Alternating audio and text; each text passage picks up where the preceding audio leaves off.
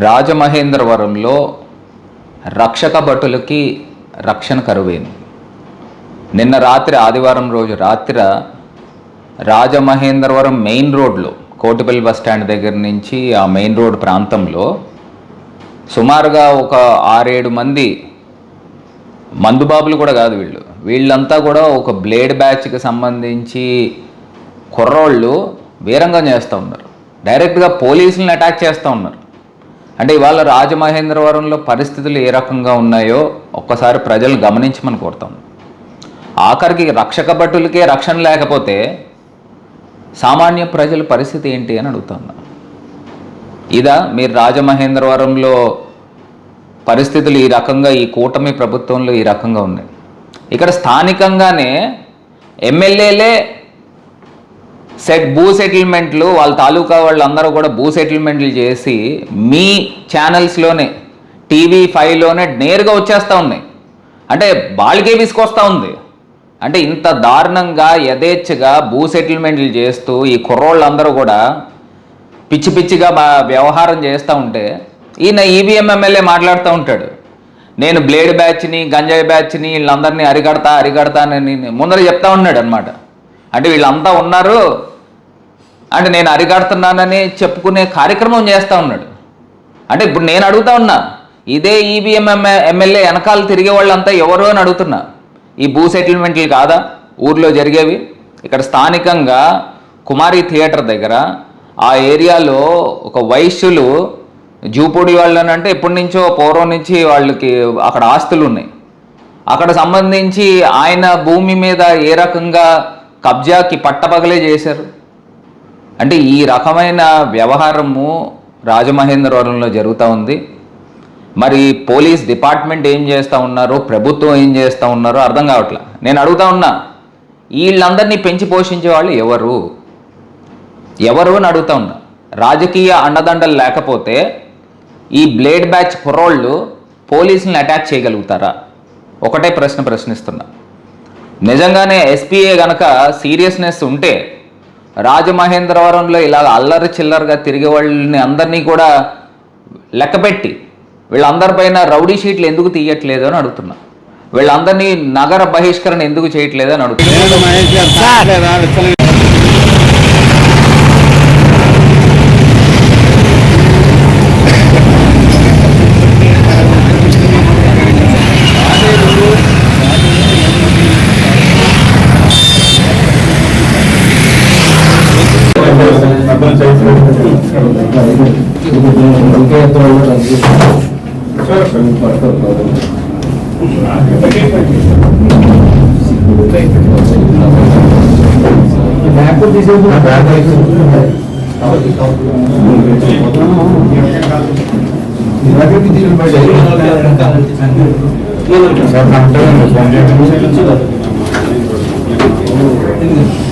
చెప్పండి ఫోన్ చేసుకుంటే మళ్ళీ స్టార్ట్ అవుతుంది. సరే అయిపోయింది కదండి, స్టార్ట్ అవుతుంది.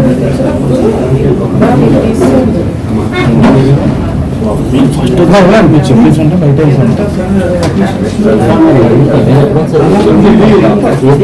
ఈ పక్కన పక్కన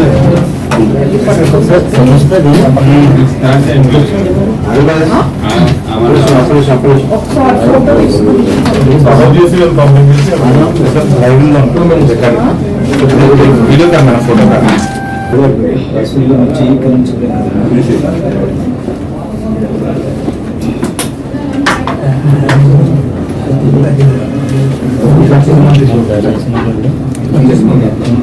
ఓకేనా? మనకి మొన్న night Kotipalli bus stand back side ఏదైతే ఒక 3 వ్యక్తులు తాగిన మత్తులో బీట్ సిబ్బంది మీద, అడగడానికి వెళ్ళి బీట్ సిబ్బంది మీద, 2 టౌన్ సిబ్బంది మీద, వాళ్ళ మీద తిరగబడి వాళ్ళకి మిస్బిహేవ్ చేసిన సంగతి మీ అందరికీ తెలిసిందే. అందరూ కూడా వీడియో చూశారు. సో ఎవరైతే ఆ 3 వ్యక్తులు ఈ స్టేషన్ సిబ్బంది మీద ఇట్లాగా బిహేవ్ చేస్తున్నారో వాళ్ళని మనము ఇమీడియట్గా అరెస్ట్ చేసామండి. అరెస్ట్ చేసి అండ్ ఇవాళ వాళ్ళని రిమాండ్కి పంపించడం జరుగుతుంది. సో ముద్దాయిల వివరాలు వచ్చేసి కట్టుంగ హరీష్, ఇతనికి ఇంతకుముందు ప్రీవియస్ కేసెస్ ఉన్నాయి అండ్ రాజానగరం పిఎస్లో రౌడీ షీట్ కూడా ఉందండి. అండ్ కర్రీ దుర్గా ప్రసన్న కుమార్, ఇతను రాజ్గోడ్లో ఉంటారు. అండ్ ములపర్తి వినోద్, ఇతను కూడా రాజ్గోడ్లో ఉంటారు. సో వీళ్ళందరూ కూడా ఆ రోజు వాళ్ళకి సంబంధించిన ఒక వ్యక్తి చనిపోయారని చెప్పి అతను బాడీ హ్యాండ్ ఓవర్ చేయమని చెప్పి ఫస్ట్ ముందుగా గవర్నమెంట్ హాస్పిటల్ అక్కడ పోయి అక్కడ సిబ్బందితో గొడవపడడం జరిగింది. సో వాళ్ళు అక్కడ అట్లా ఇవ్వడం కుదరదని చెప్పాక సో వాళ్ళు అదే తాగిన మత్తులో వచ్చి మళ్ళీ కంటిన్యూస్గా ఇక్కడ Kotipalli bus stand back side కూడా సో తాగుతూ గొడవపడి న్యూసెన్స్ చేస్తుండగా అటుగా వెళ్ళిన బీట్ సిబ్బంది ఎవరైతే ఉన్నారో వాళ్ళని ఆపి మీరు ఎందుకు ఈ టైంలో ఇక్కడ ఉన్నారు, న్యూసెన్స్ చేస్తున్నారు అని అంటే వాళ్ళు వెంటనే అక్కడ ప్రశ్నించిన కానిస్టేబుల్ మీద అండ్ హోంగార్డ్ మీద కూడా తిరగబడి చాలా అరగంటగా బిహేవ్ చేశారు. సో ఏదైతే ఉందో వాళ్ళకి వెంటనే మనం ప్రొసీజర్ ప్రకారం ఎఫ్ఐఆర్ చేసాం అండ్ వెంటనే 24 hours లోపల కూడా వాళ్ళని అరెస్ట్ చేయడం జరిగింది. సో ఏవైతే ఇటువంటి ఇన్సిడెంట్స్ ఉన్నాయో సో మనం చాలా వరకు కూడా ఇటువంటి న్యూసెన్స్ ఇన్సిడెంట్స్ కానీ ఎంతో బాగా టౌన్లో మనము కంట్రోల్ చేస్తున్నాము రీసెంట్ టైమ్స్లో. బట్ ఏదైతే ఉందో this is very unfortunate incident and ఇది ఏదైతే ఉందో సో ఖచ్చితంగా జిల్లా ఎస్పీ గారు కూడా సీరియస్గా తీసుకున్నారు ఈ విషయాన్ని.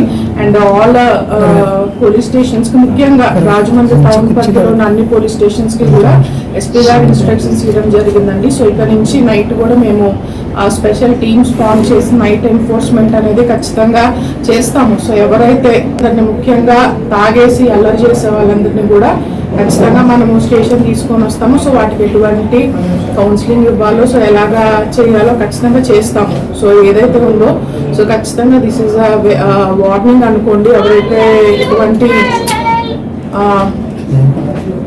ఇక్కడ నుంచి చేయాలనుకుంటున్నారో చాలా మంది కూడా రైల్వే స్టేషన్ దగ్గర, బస్ స్టాండ్స్ దగ్గర అండ్ ఘాట్స్లో కానివ్వండి ఇట్లాగా పని లేకపోయినా కూడా ఊరికే బండ్లు వేసుకుని తిరగడము, సైలెన్సర్లు పీకేసి తిరగడము, సో ఇటువంటి యాక్టివిటీస్ ఏమన్నా కూడా ఖచ్చితంగా వాటిని స్పేర్ చేయము. పోలీసు ఎవరు కూడా స్పేర్ చేయరండి. సో ఎవరైతే ఉన్నారో మనం ఇంకా ప్యాట్రోలింగ్ కూడా మనము ఇంక్రీజ్ చేసి సో ఇటువంటి లా అండ్ ఆర్డర్ ఇష్యూస్ రాకుండా చూసుకుంటున్నాము. సో ఎవరైతే ఈ రోజు మొన్న అలర్ట్ చేసిన వాళ్ళు ఉన్నారో వాళ్ళని కూడా ఈ రోజు మనం అరెస్ట్ చేసి రిమాండ్కి పంపించడం జరుగుతుంది. And this should be a caution to everybody. So ఇటువంటి యాక్టివిటీస్ ఎవరు చేయాలనుకున్నా ఖచ్చితంగా వాళ్ళందరి మీద మనం స్ట్రింజెంట్ యాక్షన్ తీసుకుంటాము. అండ్ వాళ్ళ మీద రౌడీ షీట్స్ కూడా ఓపెన్ చేసి సో ఇంకా వాళ్ళ మీద ఎప్పుడు కూడా మనము నిఘా అనేది ఉంటుంది. అండ్ పబ్లిక్కి కూడా ఒకటే రిక్వెస్ట్ అండి, సో ఇటువంటి న్యూసెన్స్ ఇన్సిడెంట్స్ ఏమన్నా మీ ఏరియాస్లో ఎక్కడైనా ఉంటున్నా, నైట్ టైం ఎవరైనా ఇబ్బంది కలిగిస్తున్నా వెంటనే 112కి కాల్ చేయవలసిందిగా కోరుతున్నాము. సో మీరు ఇట్లాంటి ఇన్సిడెంట్స్ ఉన్నా వెంటనే రిపోర్ట్ చేస్తే మేము ఖచ్చితంగా వాళ్ళ మీద యాక్షన్ తీసుకుంటాము. వాళ్ళని ఆపి ఎందుకు ఈ టైంలో ఇట్లా ఉన్నారని అంటే ఇంకా వాళ్ళకి తాగిన మాత్రం చేసినారు. టౌన్ అంతా కూడా 24 మార్నింగ్ టిఫిన్ దగ్గర నుంచి రౌండ్ ది క్లాక్ వైన్ షాపుల దగ్గర కంట్రోల్ లేకుండా పోయింది అనేది ఇప్పుడు సిటీలో ఎక్కువగా మనము ఇది కూడా చెప్పాలి. సో ఆల్ ఇప్పుడు ఏదైతే టీమ్స్ అని చెప్పామో సో వాళ్ళకి ఫస్ట్ ఇచ్చిన ఇన్స్ట్రక్షన్స్ పర్మిటెడ్ టైంకి సంబంధించి ఏ ఒక్క షాప్ కూడా తెరిచి పెట్టకుండా ఉంచాలని చెప్పి కూడా ఎస్పీ గారు ఇన్స్ట్రక్షన్ ఇచ్చారండి. సో ఇక ఖచ్చితంగా సో ఆల్ ఎస్టాబ్లిష్మెంట్స్ సో ఏదైతే మీరు పర్మిటెడ్ టైమ్స్ ఉన్నారో 10-10:30 కల్లా మీరు క్లోజ్ చేసేసేయాలండి. ఈవెన్ వైన్ షాప్స్ కానీ బార్ అండ్ రెస్టారెంట్స్ కానీ మీ పర్మిటెడ్ టైంకి మించి మీరు సేల్స్ చేసినా ఏం చేసినా కూడా యాక్షన్ తీసుకుంటారు. ఒక అతనికి ఉందండి కట్టున్న హరీష్ అనే అతనికి మండపేటలో మర్డర్ కేసు ఉంది, రాజనగరంలో కూడా ఒక 307 ఉంది, రౌడీ షీట్ కూడా ఉంది అతనికి. ఇతను ఇక్కడ టౌన్ లో డ్రింక్ చేసి ఉన్నారు, కంటిన్యూస్ గా తాగుతూ ఉన్నారు వాళ్ళు. ఆ మధ్యలో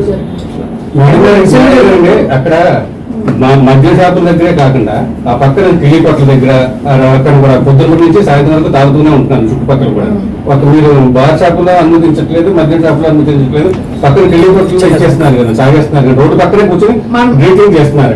paper mill centre, Arcade Gardens, Danavaipeta, Prakash Nagar ఈ చుట్టుపక్కల అన్ని కూడా ఇలాగే ఉన్నాయండి. మామూలుగా ఇప్పుడు బాగా ఎక్కువ ఉన్నది మేడం.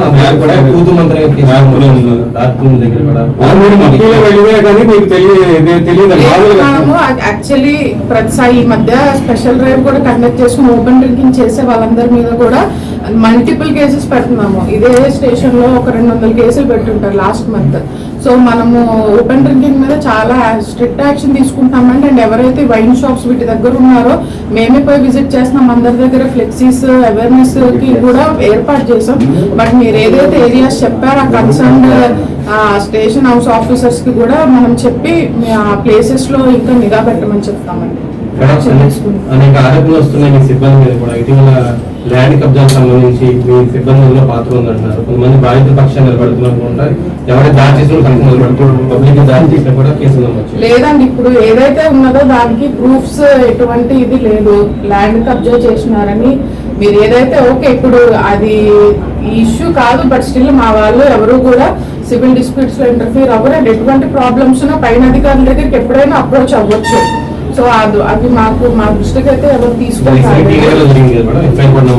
ఎఫ్ఐఆర్ నమోదైందండి. తర్వాత దాడి చేసిన వాళ్ళ ల్యాండ్ లోకి వెళ్ళినా సరే అక్రమంగా కేవలం ఎవరైతే దాడి చేసిన వాళ్ళ సపోర్ట్ గా మీ సిబ్బంది ఉన్నారు. అవన్నీ మనం ఎవరికి సపోర్ట్ లేదండి. ఇంకా రిఫర్ చేయలేదు కదా. అది ఎప్పుడో ఆయన 10 ఏళ్ల క్రితం జరిగింది, 2014 లో. అప్పుడు ఆ ఫ్యాక్ట్స్ అప్పుడు మాకు తెలియదు. ఆయన కంప్లైంట్ ఇచ్చిన వెంటనే మనం ఎఫ్ఐఆర్ చేసామండి. వాళ్ళకి స్ట్రిక్ట్ ఇన్స్ట్రక్షన్స్ ఎటువంటి సివిల్ డిస్ప్యూట్స్ లో కూడా ఇంటర్ఫియర్ అవ్వకూడదు. సాక్షిత దాఖలు చేయట్లేదు, మొత్తం అరెస్ట్ చేయట్లేదు, ఆరోపణలు పెద్ద ఎత్తున ఉన్నాయి. ఎక్కడా లేదండి, అట్లేం లేదు. మేము ఖచ్చితంగా మా every charge sheet is being monitored. Time లోపల ఛార్జ్ షీట్ వేస్తామా లేదా అన్నది కూడా మాకు టార్గెట్ ఉంది. సో అట్లా ఎటువంటి దాంట్లో సో ఇంతకు ముందులాగా సంవత్సరాల తరబడి కేసెస్ పెండెన్సీ పెట్టేదాన్ని కూడా ఇప్పుడు లేదు. సో కొత్త చట్టాలు, కొత్త బిఎన్ఎస్ చట్టాలు వచ్చాక సో ప్రతి ఛార్జ్ షీట్ 60 రోజుల లోపల కొన్ని ఛార్జ్ షీట్స్ చేయాలి. లేకపోతే 90 days is the maximum time to file charge sheet. So ఏది కూడా మీకు పెండెన్సీ పెట్టడానికి కూడా లేదండి. చెప్తున్నానండి, ఇది ఆల్మోస్ట్ మనకి లాస్ట్ 3-4 months నుంచి కొత్త చట్టాలు 1 year కి ఇచ్చిన దాని ప్రకారం ఇంకా నుంచి అటువంటి డిలే జరగదని చెప్తున్నాను. అదే చెప్తున్నాను. నైట్ పెట్రోలింగ్ మనం ఎప్పుడు చేస్తున్నామండి. టౌన్ పరిధిలో రోజు బీట్ సిబ్బందితో పాటు యాక్చువల్లీ ఒక 6 స్పెషల్ పార్టీస్ రోజు తిరుగుతాయి. సో నిన్న ఎస్పీ గారు ఇంకా స్ట్రిక్ట్ ఇన్స్ట్రక్షన్స్ అందరికి ఇచ్చారు. ఇది చాలా సేపు జరిగింది. ఆ వీడియో 6 నిమిషాలు అవుతుంది. వాళ్ళు మనం చేసిన మన స్టాఫ్ ఏమో ఇంటిమేట్ చేసినా మన వాళ్ళు అక్కడ రీచ్ అవ్వలేకపోయారండి. లేకపోతే ఎందుకు అట్లా లేదండి, వాళ్ళు కొద్దిగా వాళ్ళతో డీల్ చేసే క్రమంలో ఇట్లాగా అన్కంట్రోలబుల్ ఉండేటప్పటికి వాళ్ళు యాక్చువల్ సిబ్బంది ఎవరైతే ఉన్నారో 10 నిమిషాలు లేట్ అయింది. ఎస్ఐ గారు చెప్పిన వెంటనే 11:30 కల్లా రీచ్ అయిపోయినారు. 5 నిమిషాలు ఆయన రీచ్ అయ్యారు. సో మనము వెళ్ళాము. సో దాంట్లో ఎటువంటి ఇది లేదు. వాళ్ళు జస్ట్ కొద్దిగా చెప్పేది ఒక 5-10 నిమిషాలు లేట్ చేయడం వల్ల జరిగింది తప్ప వెంటనే ఇన్ఫార్మ్ చేశారు.